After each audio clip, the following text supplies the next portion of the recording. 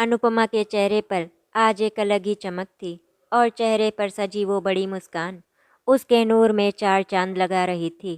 लाल रंग का कुर्ता, पीली सलवार और उस पर एक तरफ लटकता जमीन को छूता दुपट्टा पहने दरवाजे पर खड़ी वो मेहमानों का इंतजार कर रही थी।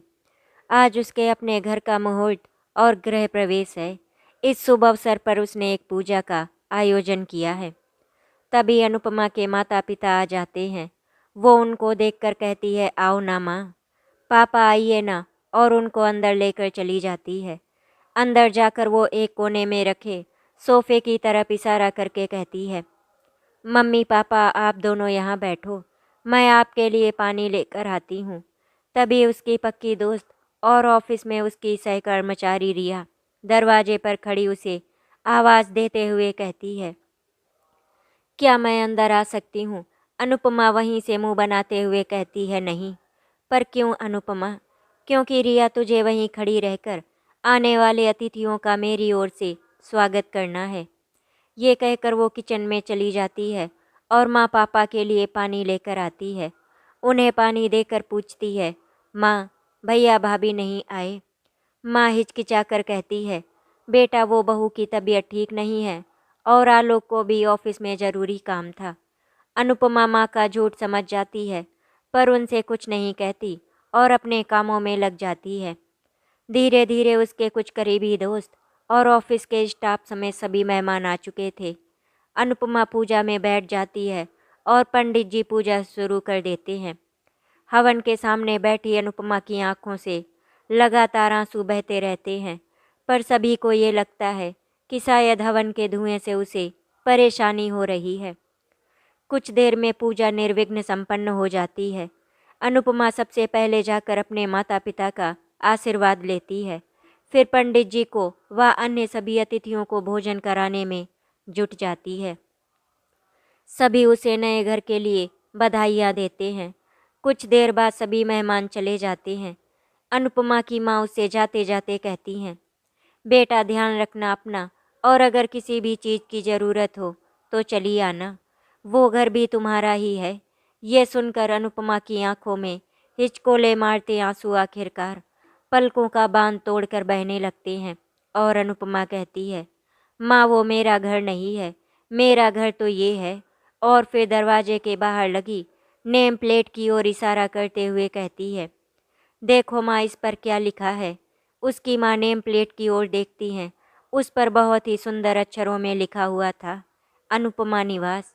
माँ अनुपमा की बात सुनकर उसके सिर पर हाथ फेर कर चली जाती हैं।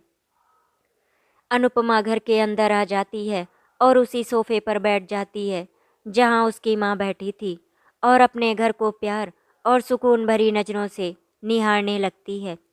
और कुछ बीती यादें उसे याद आने लगती हैं। आज से कुछ 10 साल पहले का वो दिन अनुपमा की आंखों में घूमने लगता है। वो उसकी शादी का दिन था। भाभी उसे तैयार कर रही थी।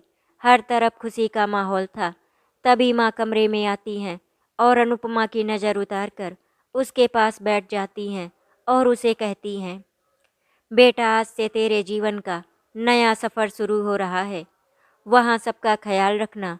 मुझे पता है कि तू वहाँ सबका दिल जीत लेगी। साथ ही अपना भी ख्याल रखना और ऐसा कभी मत समझना क्योंकि तेरी शादी हो गई है तो ये घर तेरा नहीं है। ये तेरा घर था, तेरा है और आगे भी तेरा ही रहेगा।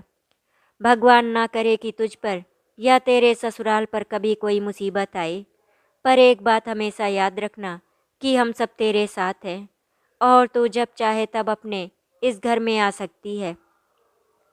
माँ की बातों में हामी भरते हुए भाभी ने भी कहा, हाँ दीदी, मैं और आपके भैया भी हमेशा आपके साथ हैं और ये घर जितना हमारा है उतना ही आपका भी है और हमेशा रहेगा। अनुपमा की आंखों से आंसू झरझर बहने लगे।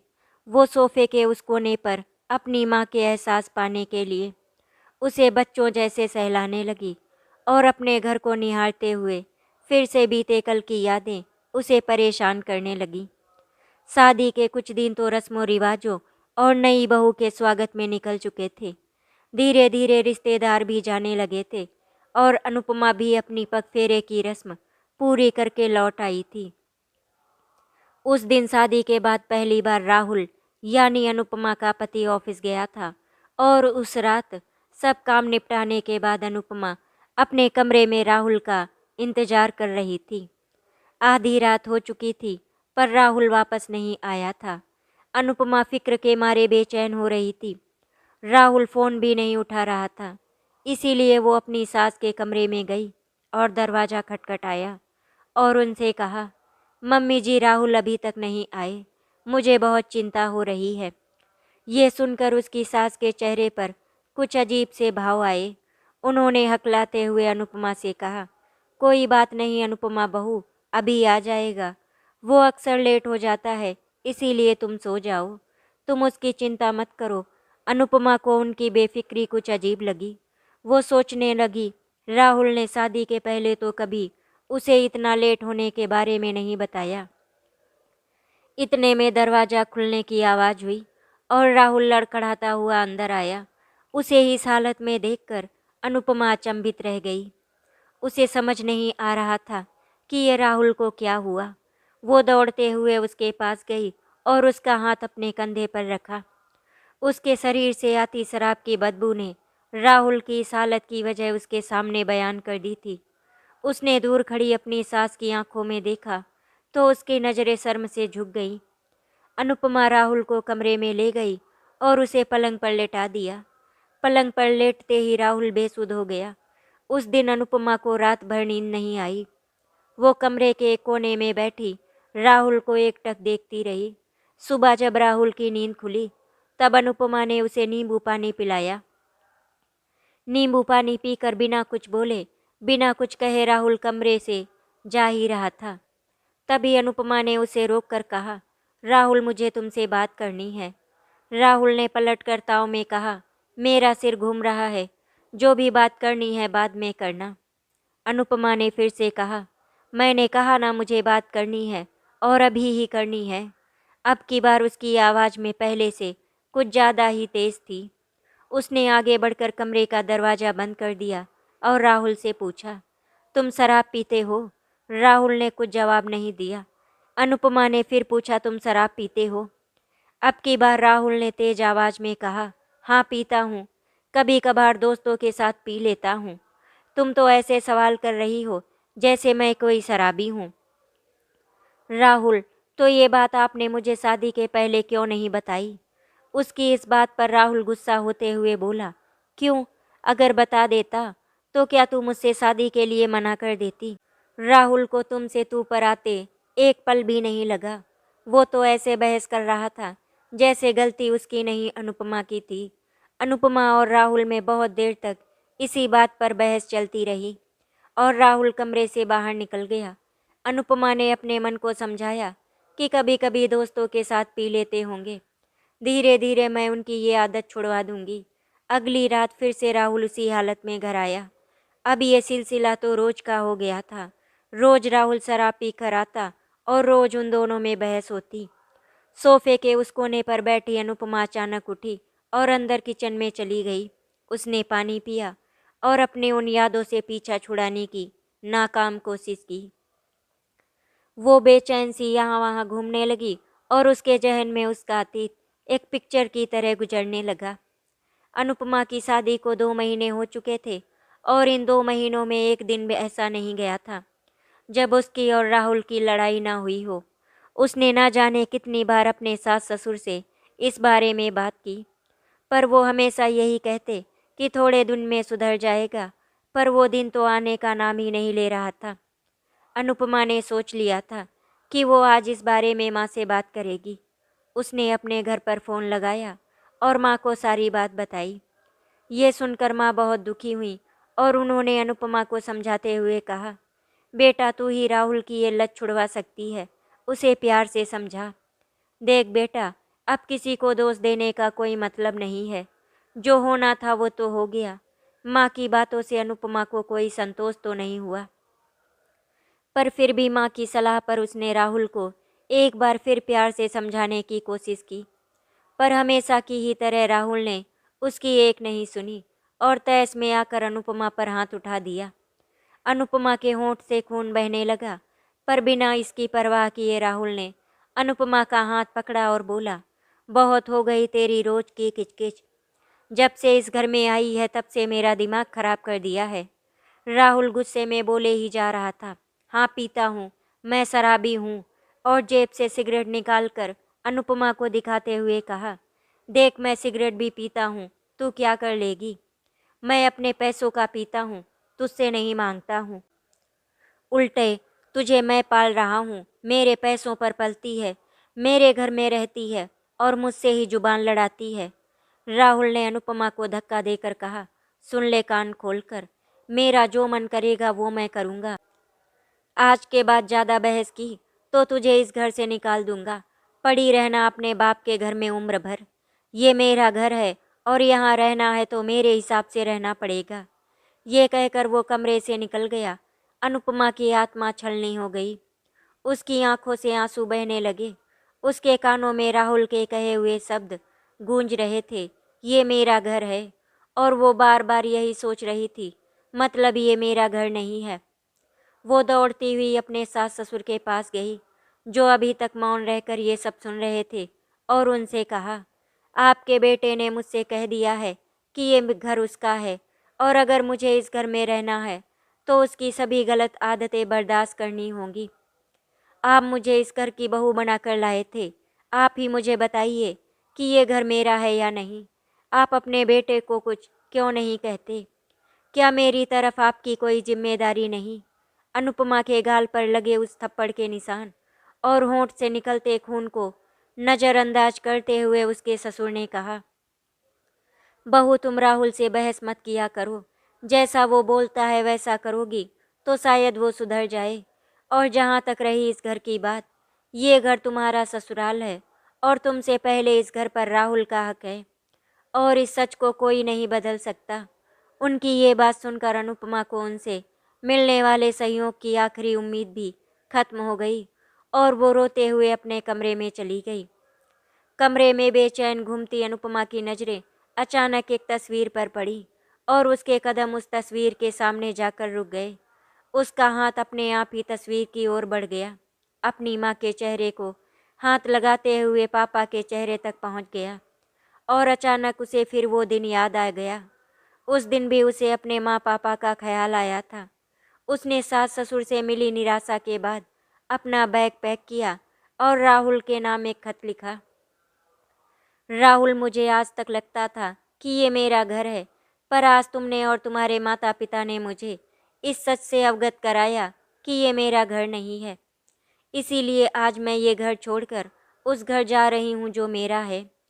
अनुपमा कुछ ही मिनटों में अपने घर के बाहर थी। उसने दरवाज़ा खटखटाया। उसकी माँ ने दरवाज़ा खोला। माँ के दरवाज़ा खोलते ही वो छोटे बच्चे की तरह उनसे लिपटकर रोने लगी। अनुपमा की ये हालत देखकर माँ घबरा गई और उसे अंदर ले जाकर बैठाया। अनुपमा बेटा, क्या हुआ? तू अचानक यहाँ, और तू रो क्यों रही है? इतने में अनुपमा की भाभी भी वहाँ आ गई। अनुपमा के सूजे हुए गाल और होंठ पर सूख चुके खून का निशान देखकर उन्होंने पूछा, ये सब कैसे हुआ दीदी? अनुपमा ने रोते रोते पूरी बात माँ और भाभी को बताई। ये सब सुनकर माँ को गहरा सदमा लगा। उन्होंने अपने आप को संभाला और अनुपमा को गले लगाकर कहा, सब ठीक हो जाएगा बेटा। अनुपमा को उसके कमरे में सुलाकर माँ ने अनुपमा की भाभी से अनुपमा के पापा और भाई को फ़ोन करके घर बुलाने को कहा। कुछ ही देर में दोनों घर पर थे और वे चारों हॉल में बैठे इसी विषय पर चर्चा कर रहे थे। उन्होंने अनुपमा के ससुराल वालों से बात करने के बारे में सोचा। आलोक ने नेहा यानी कि अनुपमा की भाभी को घर रुकने को कहा और वे तीनों अनुपमा के ससुराल के लिए निकल गए, पर वहां जाने का कोई फायदा नहीं हुआ। उल्टा उन लोगों ने अनुपमा की 10 कमियां गिनवा दी। अनुपमा अभी तक नींद से जाग चुकी थी। वो अपने कमरे से बाहर निकली।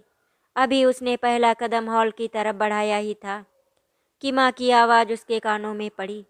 अनुपमा को उसके ससुराल तो जाना ही होगा ना? जी, आखिर वो उसका घर है। हम कितने दिन उसे अपने पास रख लेंगे पापा? तुम सही कह रही हो, अनुपमा से बात करनी होगी और जिस तरह उसके ससुराल वालों ने कहा है उस प्रकार तो अनुपमा को भी अपना बर्ताव बदलना चाहिए।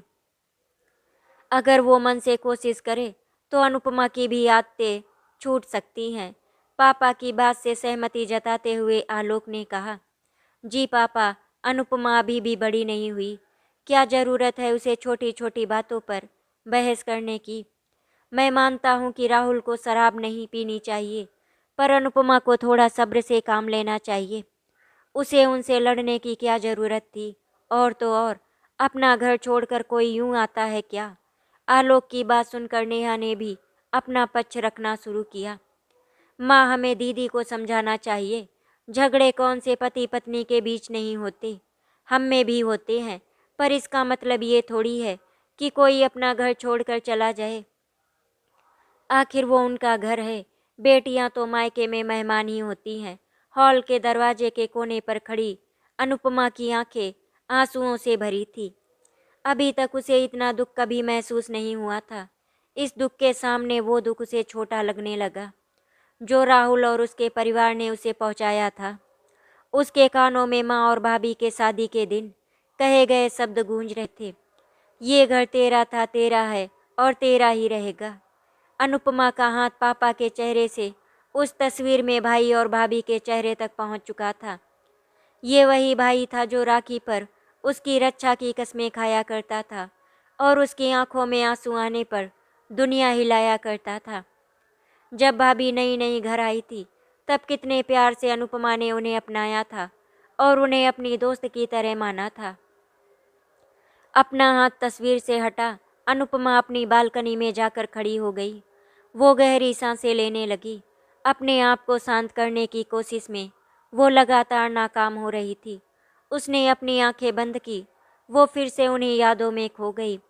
सबकी बातें सुनकर अनुपमा बिना कुछ कहे अपने कमरे में चली गई। उसने देखा उसका फ़ोन बज रहा है। राहुल का फ़ोन था। उसे लगा शायद उसका खत राहुल को मिल गया है और वो उसे वापस बुलाने को फ़ोन कर रहा है। उसने एक उम्मीद के साथ फ़ोन उठाया। फ़ोन पर राहुल के ज़ोर ज़ोर से हंसने की आवाज़ आ रही थी। वो बोला, क्या लिखा है तूने अनुपमा? कि मैं उस घर जा रही हूँ जो मेरा है। कौन सा घर? जो तेरे बाप और भाई का है। तुझे उन्होंने बताया नहीं कि वो तेरा घर नहीं है। अब चुपचाप यहाँ वापस आ जाना।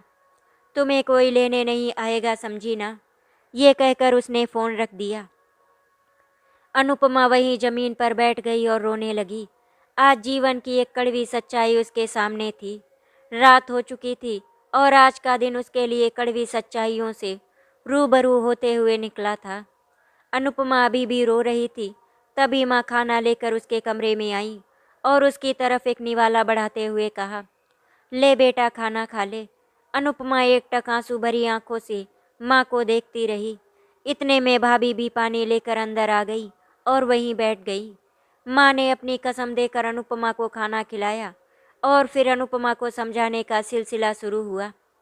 अनुपमा की माँ ने कहा, देख अनुपमा, हम सब जानते हैं कि राहुल ने जो किया वो गलत है, पर बेटा हम ये भी जानते हैं कि तुझे भी बहुत जल्दी गुस्सा आता है। हर बात पर बहस करना ठीक नहीं होता।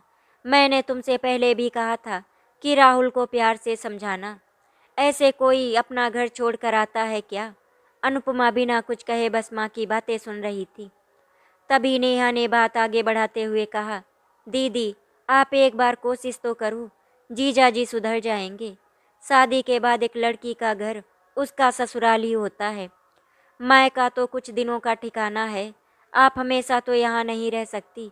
आखिर आपका घर तो आपका ससुराल ही है। आखिरकार अनुपमा ने भरे गले से कहा, आप दोनों सही कह रही हैं। मैं कल सुबह यहाँ से चली जाऊँगी, आप चिंता मत कीजिए।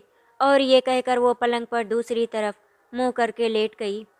बालकनी में अपनी आंखें बंद कर खड़ी अनुपमा की आंखें खुल गईं। ठीक उसी तरह जैसे उस दिन अपने माँ पापा की बातें सुनकर उसकी आंखें खुल गई थी। उस रात नींद उसकी आंखों से कोसों दूर थी। आखिर उसका सबसे प्यारा भ्रम टूटा था और सच्चाई उसके सामने थी। अब ना वो यहाँ रह सकती थी और ना वहाँ वापस जा सकती थी जहाँ उसकी इज्जत ही नहीं थी।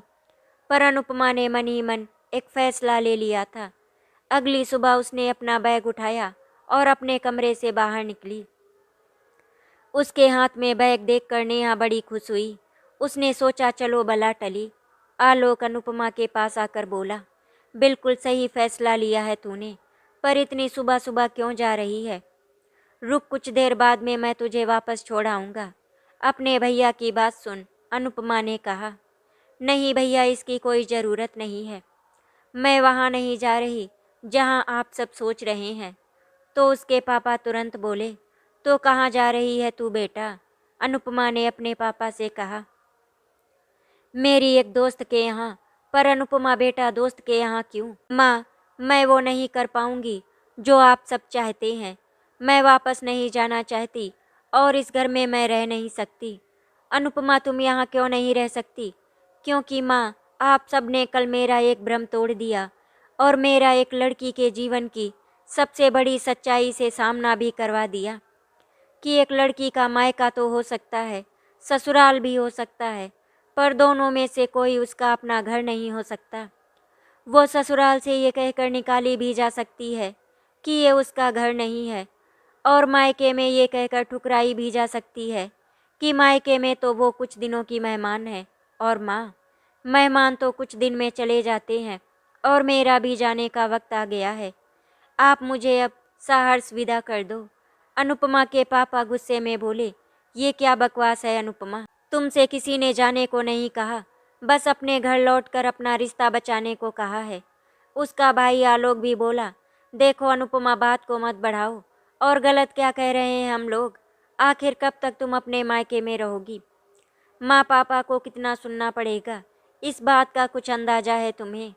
अनुपमा अपने भैया से बोली, हाँ भैया, अंदाजा है, इसीलिए जा रही हूँ।